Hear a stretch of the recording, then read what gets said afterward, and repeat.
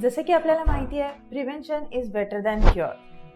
त्याचप्रमाणे teeth sensitive होण्यासाठी आपण काय प्रिव्हेंशन घेऊ शकतो हे आता आपण जाणून घेऊयात. दात सळसळण्याचे प्रमुख कारण आहे चुकीच्या पद्धतीने ब्रशिंग करणे.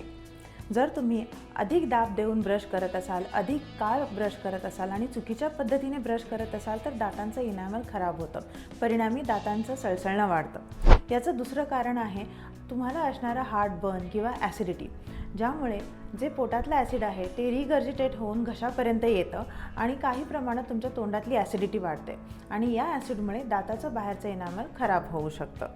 याचं अजून एक कारण आहे ते अति प्रमाणात आम्लयुक्त पदार्थ यांचं सेवन करणे, तसेच सोडायुक्त शीतपेयांचं सेवन करणे, ज्याला आपण कार्बोनेटेड ड्रिंक्स म्हणतो. सो ते टाळणं याच्यासाठी फार गरजेचं आहे. आणि दुसरे आहे ते चहा, कॉफी अशा प्रकारच्या पेयांचं अतिसेवन, तर हेही टाळण्याचा इथे आपण सल्ला देऊ शकतो.